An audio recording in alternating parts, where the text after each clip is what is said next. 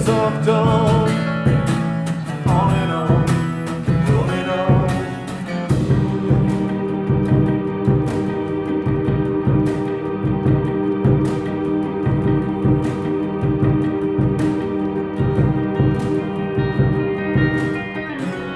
Be ashamed of growing on. Chasing a dream that is leading me on.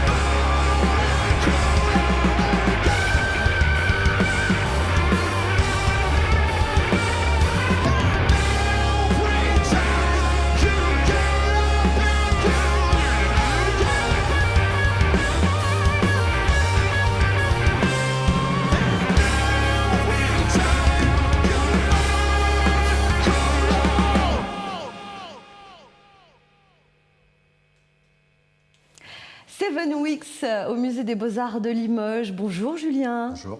Alors, vous avez débuté en 2006 avec ce groupe. Vous êtes 4 aujourd'hui. Présentez-nous un petit peu les autres membres du groupe. Il y a Jérémy qui est avec moi depuis le début, qui est à la batterie. Il y a Fred qui est à la guitare. Il y a PH qui fait batterie, guitare. Et moi, je m'appelle donc Julien et je suis chanteur-bassiste. Alors, 5 albums en studio, 7 en comptant les EP. Le dernier, Sisyphus, sorti le 31 janvier, accueil dithyrambique du public, des médias. La tournée démarre et là, patatras, c'est le confinement et vous faites votre dernier concert le 13 mars au Bus Palladium à Paris. Comment vous avez vécu ça, vous ? On était forcément un peu déçus, parce que sortir un album et préparer une tournée derrière, c'est au moins 1 an, et là pour le cas c'était 1 an et demi de travail. Mais on peut dire qu'on a un peu la peau dure, on a l'habitude de s'arranger de choses imprévues dans le groupe. Donc il y a eu 1 mois où on s'est posé des questions, et un 2e mois où on s'est remis à travailler en trouvant des alternatives. Le plus décevant, c'est de ne pas pouvoir avoir joué les morceaux de l'album devant les gens qui auraient voulu le voir, quoi. Parce que là, on ne sait pas quand est-ce qu'on va refaire des concerts et l'album sera plus d'actualité forcément, ça sera un peu perdu. Vous n'avez pas reporté les dates justement qui ont été annulées? Si. Mais la sortie de disque, elle n'est pas reportée. Mais c'est pas grave, on a déjà prévu d'enregistrer autre chose et quelque chose en rapport d'ailleurs avec cet album, une sorte de double album, une suite de cet album, et voilà, ça va sortir bientôt.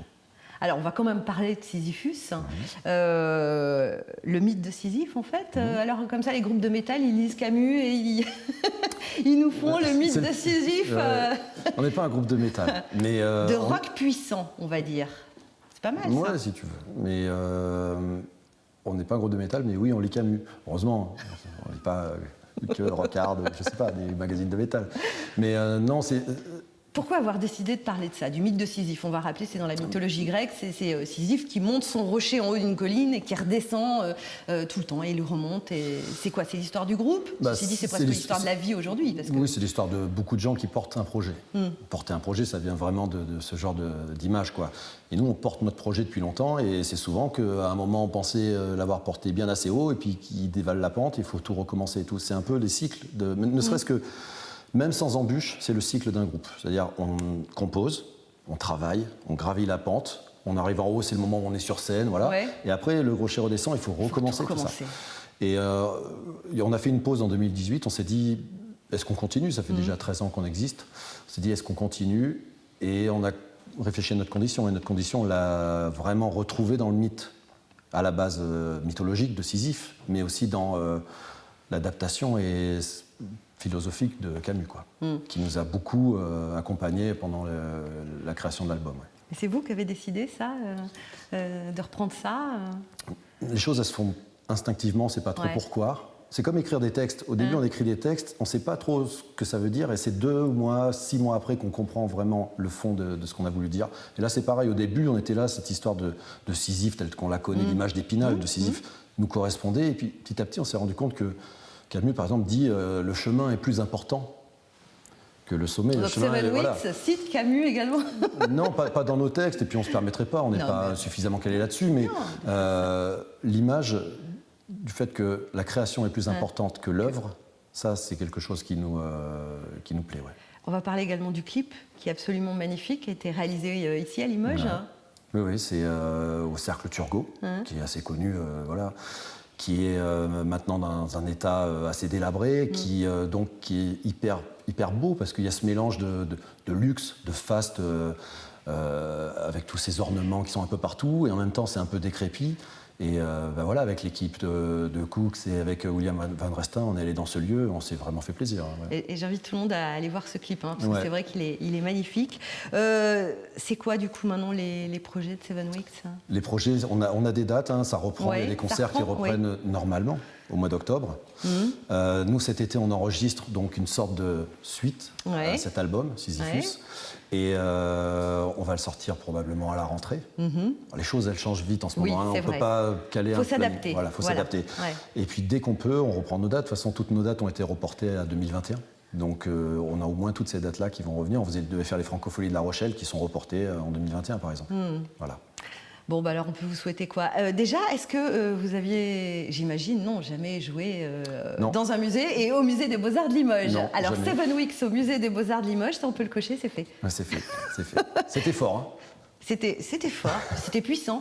Ouais. Mais si on trouve ça fort, c'est qu'on est peut-être un peu trop vieux, non? C'est que ça résonne un peu, mais peut-être. Ouais. Non, c'est qu'on est trop vieux. Merci beaucoup, Merci. Julien. 7 Weeks, on vous retrouve sur scène alors à partir de la rentrée avec un projet d'album. Mais en attendant, on découvre Sisyphus, on découvre ce clip et on découvre aussi tous les concerts à venir. Merci. Merci.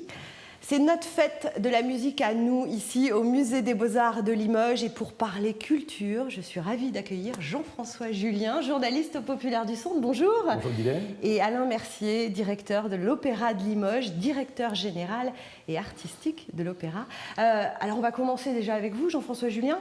Ce confinement sur la culture, votre analyse en tant que journaliste, qu'est-ce que vous en pensez? Je suis à la fois triste et inquiet. Triste de voir que les pouvoirs publics n'ont pas pris en compte suffisamment la problématique culturelle. Il a fallu que les artistes se manifestent, signent des pétitions pour dire on existe, pensez à nous. Et puis inquiet parce que je ne sais pas comment ça va se passer dans les mois qui viennent. Est-ce que le public va revenir dans les salles? Est-ce que les spectacles du Zénith vont encore attirer du monde? Est-ce qu'on imagine encore 3000, 4000 personnes applaudir Christophe Maé dès la rentrée ou Patrick Bruel? Je suis très très inquiet. Et je suis surtout inquiet pour le milieu du cinéma parce qu'on a vu que les gens s'étaient habitués dans le confinement à prendre des plateformes Netflix, à prendre des abonnements. Du coup, certaines maisons, certaines productions sont sorties sur ces plateformes et ont limité les sorties en salle. Qu'est-ce qui va se passer dans ce milieu-là? Là, je suis très très inquiet. Je ne sais pas ce que sera l'avenir, ce que ça va donner.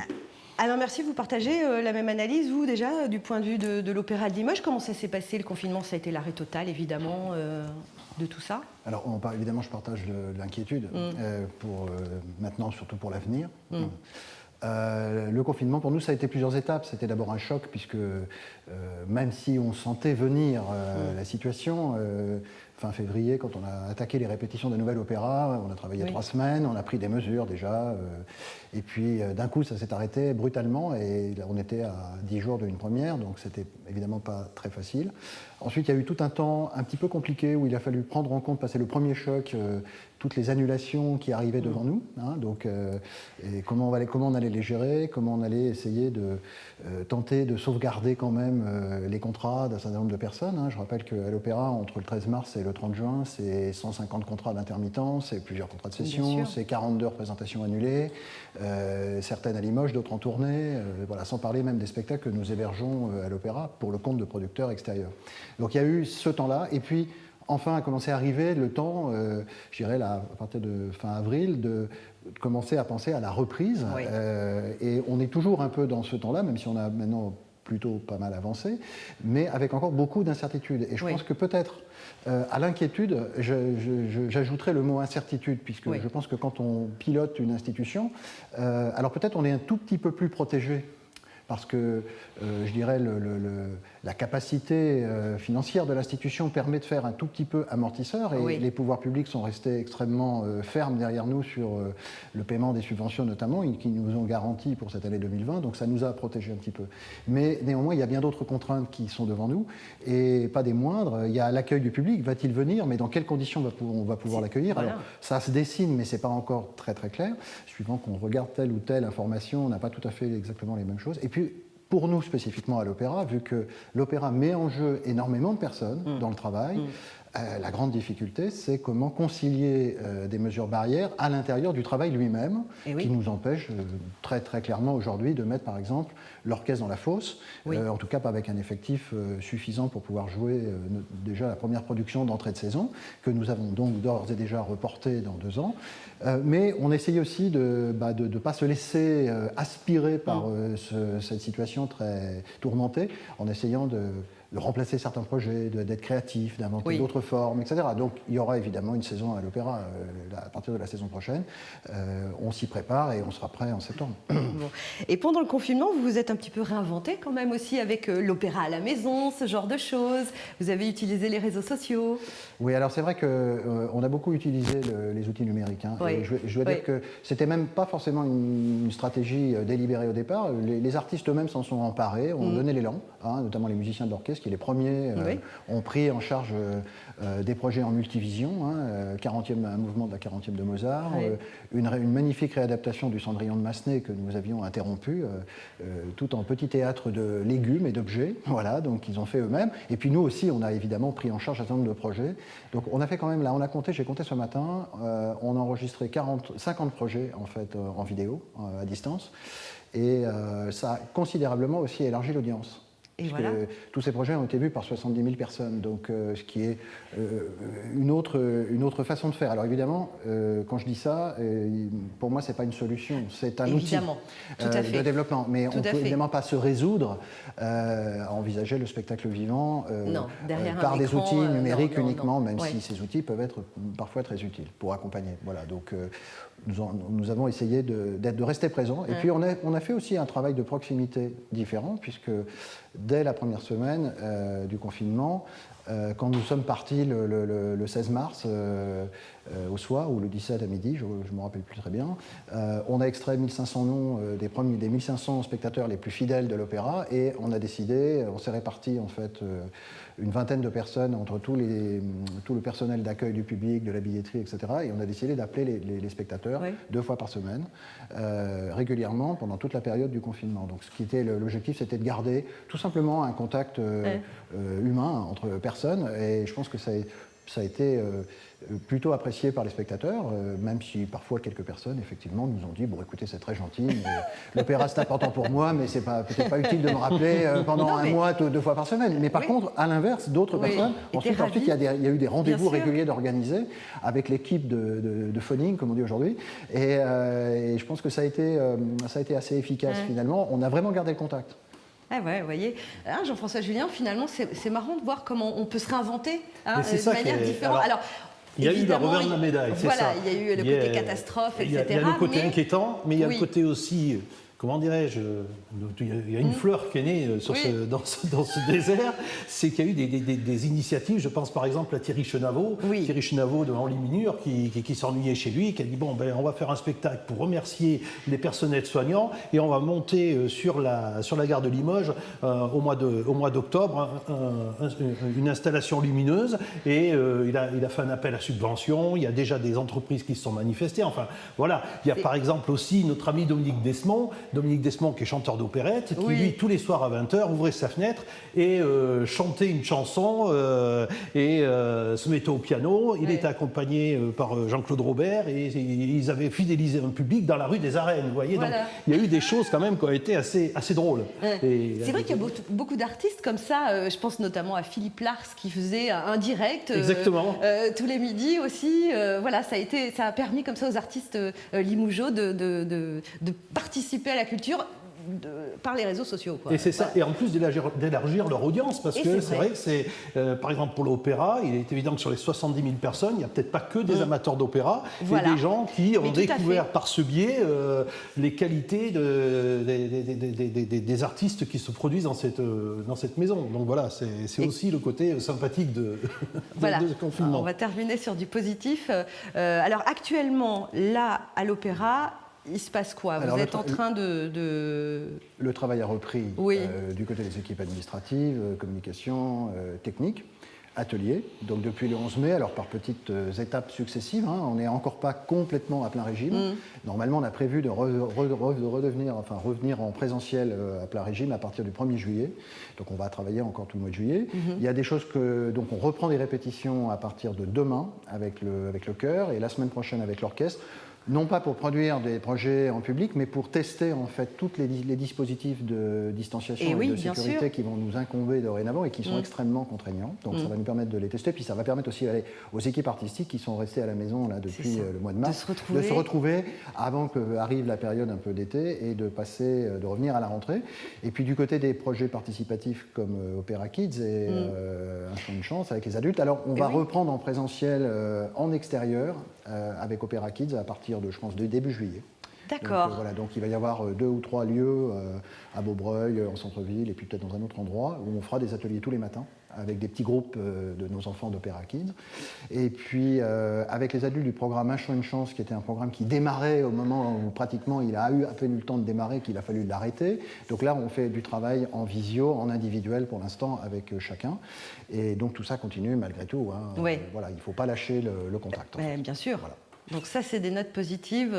Voilà, hein, on va rester sur ça, sur ces notes positives. Je tiens à préciser d'ailleurs qu'on est ici au Musée des Beaux-Arts de Limoges et que l'entrée va être gratuite tout l'été au Musée des Beaux-Arts et que si vous souhaitez faire la visite avec un guide, ça ne coûtera que 1 €. Donc voilà, autant en profiter aussi pour découvrir ces beaux endroits qui sont chez nous. Hein. Merci beaucoup Jean-François Julien pour votre analyse culturelle sur ce confinement, ce moment extraordinaire qu'on a vécu et qu'on espère ne plus revivre. Exactement. Pour l'instant, on est encore dedans. Faut pas oublier que le spectacle, c'est le spectacle vivant. Ben, c'est ça, c'est vivant. Donc la vidéo, c'est bien, mais il faut aller dans les salles, il faut aller dans mais on y reviendra, évidemment. Il faut. Merci beaucoup, Alain Mercier, directeur de l'Opéra de Limoges. Et bien sûr, on espère aussi vous retrouver tout l'été, de manière différente, avec entre autres Opéra Kids. Et puis, à partir de septembre, on croise les doigts. On sera là. Merci.